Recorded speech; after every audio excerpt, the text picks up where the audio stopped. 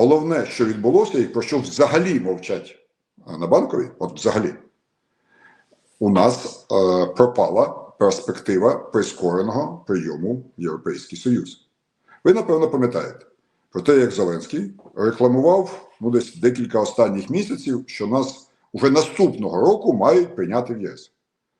Відбувалося це в притаманному Зеленському стилі. Вибач, я тебе вимушений виправити. Ні, до 1 січня 2027-го. Це в цьому році, до початку того року. Більше того, я говорив про це з декількома держсекретарями, заступниками міністрами і міністрами закордонних справ Європи, і кажуть, що там намагалися навіть такий формат запропонувати з обмеженим правом голосу, без представництва в Європарламенті, без можливості доступу до ринків або без можливості до кредитування. Це якийсь новий формат. Але сьогодні, після всього, вибач, будь ласка, нам сказали ні. От сьогодні ні. І, до речі, пані Кос, це єврокомісарка, вона каже, що саме атака Зеленського на антикорупційні органи влітку 25-го року торпедували всі ці можливості. А те, що зараз відбувається, остаточно ставить хрест. Дивіться, тут дуже цікаво згадати, як починалася ця теза, бо вона дуже повторює те, про що ми говорили про звички Зеленського. Зеленський безкінечно проводив переговори з США про так звані 20 пунктів завершення війни. Чому проводити переговори із країною, з якою ми не воюємо, це окрема пісня. Але от безкінечно ми десь півроку чули сводки перемог на цьому фронті. Нам обіцяли весь час, що ось, і в результаті родилися оцих знаменитих 20 пунктів. Серед них один із найважливіших для Зеленського. Тобто це фактично була цукерка для виборців під час запланованого ним переобрання президента, його, звичайно, перебрання Зеленського, їм давали негативну пілюлю, фактично здачу Донбаса, замасковану під вільну економічну зону, але цукерку членство в ЄС до 1 січня наступного року. От це було на цьому, власне, трикутнику тримався весь його план. Коли європейці про це прочитали, вони були дуже здивовані, що американці і українці без них записали їм нового члена їхнього об'єднання.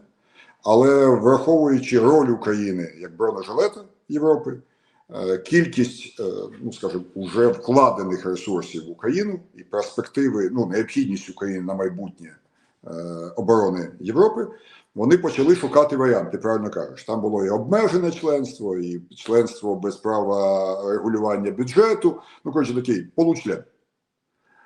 Але насправді цей формат нас дуже врятував. Чому? Треба зайти в європейську рамку. Навіть якщо нам не дозволять перших рік, два, три приймати якісь, скажімо, обов'язкові рішення, голосування, розподіл бюджету, формування Єврокомісії тощо, все рівно це означає, що рамки вимагали би від нас реформ. Хочете отримати повноцінне членство? Зробіть раз, два, три, чотири, п'ять.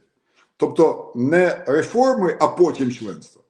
А оце неповне членство з подальшим внутрішнім доганянням європейських стандартів. В принципі, для України було б дуже цікаво. Але все це накрилося мідним тазом, тому що Європа раптом побачила, що вона може втягнути навіть в напівчленство ще одного Орбана, який дуже схожий на Лукашенка. І вони просто здали назад. Як вони це зробили? Дуже просто. Після атаки на НАБУ і САП минулого року на тлі дітей Майдану з картонками наляканий Зеленський не тільки відкатав назад всі закони, які за його командою Єрмак пропихнув через парламент, але й підписав з європейцями зобов'язання, це грудень 25-го року, зобов'язання України по посиленню боротьби з корупцією. Як завжди у нашого гаранта, будь-який папірець, який не стосується інтересів Міндіча, був просто папірцем. От просто, щоб європейці забули про цю тему. І от з минулого грудня прийшов час, коли європейці спитали, а що зроблено? Виявилося, що в 10 пунктах не зроблено нічого. Навіть не починали робити. Щоб ви зрозуміли, про що йдеться, можливо, там якісь страшні, якісь там епохальні рішення. Ні, от є коротенько. Посилення незалежності НАБУ і САП, припинення зазіхання на їхню юрисдикцію. Ну, щоб сусідні органи не крали в НАБУ і САП їхні справи. В чому проблема? Надання НАБУ можливості доброчесної судової експертизи. Це рішення можна прийняти одним законом чи навіть постановою Кабміну. Наприклад, створити процедуру відбору та звільнення генпрокурора. В чому проблема? Це 3 абзаци. Поновити відбір прокурорів на посади. Це те, що ми ввели ще в 2016 році на виконання умов прийняття України до Ради Європи. Звичайно, в 2019 році все це скасували і оголосили, що це реформа. Насправді, ну, це просто антиєвропейське повернення до всевладдя генпрокурора, який сам призначає і звільняє. І логіка дуже проста. Посади, кого я сказав, інакше я тебе зніму. Це те, з чим я боровся з перших днів. Ну, от воно з 2019 року процвітає. Провести реформу ДБР. Призначити суддів Конституційного суду. В чому проблема? Провести конкурсні комісії ВАКС, ті, що відбирають суддів. В чому проблема? Прийняти закон про декларування доброчесності суддів. Ну, а тут уже що заважає? Я не буду завершувати, всі 10 пунктів приблизно однакові. Всі їх можна було зробити за місяць-два, тим більше, що парламент не знає, за що голосувати. Вони розходяться вже через 1,5-2 години, коли збираються. Все це можна було би зробити, якби ми дійсно хотіли виконати свої зобов'язання для набуття повного чи часткового членства в ЄС.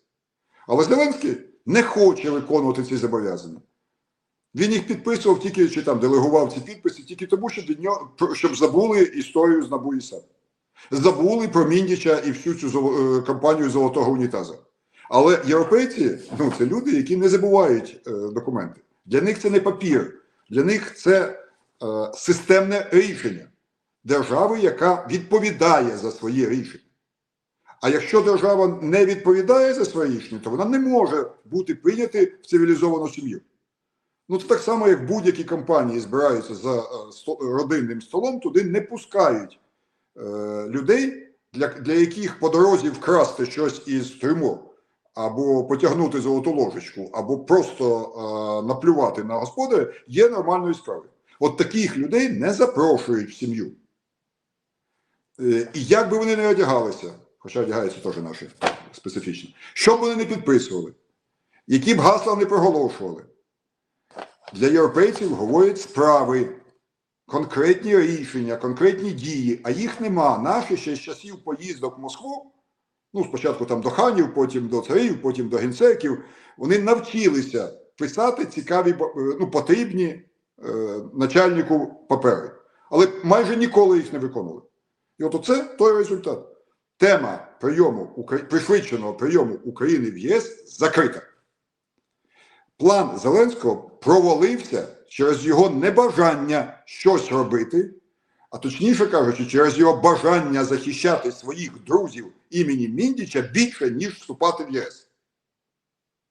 В результаті ми маємо, я вже виходжу на найбільший щабель, перелічимо ще раз, проблема з фінансуванням війни, проблема із забезпеченням зброї для війни, проблема з зникнення перспектив членства в ЄС, але тепер іще й вища штука.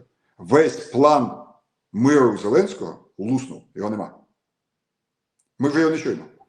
Почекай. Тому що він весь будувався от на тому, що вже... Вибач, план миру чи план перемоги? Це важливе питання. Який хоч було. План миру накрився давно. Слово перемога не вживає вже ніхто із оточення гаранта, і він сам. До речі, він, ти бачив, він спочатку казав, що нам потрібен справедливий мир, потім нам потрібен гідний мир, зараз достойний. Я не знаю різницю, ну, можеш пояснити. Насправді достойний це і є гідний, але питання ж не в тому. Але це ти пам'ятаєш колишні звіти Зеленського ще до війни, він же виступав раз в місяць. І тоді в нього гідний лютий, потім наступав потужний березень. Потім, от ці слова тепер переносяться на те, чого українці потребують найбільше. Тож ми чекаємо незламний план? Да, дивись, незламний, потужний, але якщо зараз не жартувати, а цим зараз я би не жартував. Україна, яка мала, ну скажімо так, запозичений, розроблений в більшості своїй американцями і європейцями план припинення війни через усвідомлені дії Зеленського, для яких боротьба з корупцією є неприйнятним білетом, для якого обмеження його царських повноважень є неможливим, ми втратили і можливість членства в ЄС, і головне, ми втратили, по суті, конструкцію мирної угоди. І фіналом цього всього стала заява Зеленського про те, що він не збирається проводити вибори під час припинення вогню або іншої форми паузи у війні. Він сказав, я буду президентом, поки війна не закінчиться, а далі прийму рішення, чи балотуватися, чи ні. Це не нова формула, ми вже її чули багато разів, але смисл він зводити до дуже простого.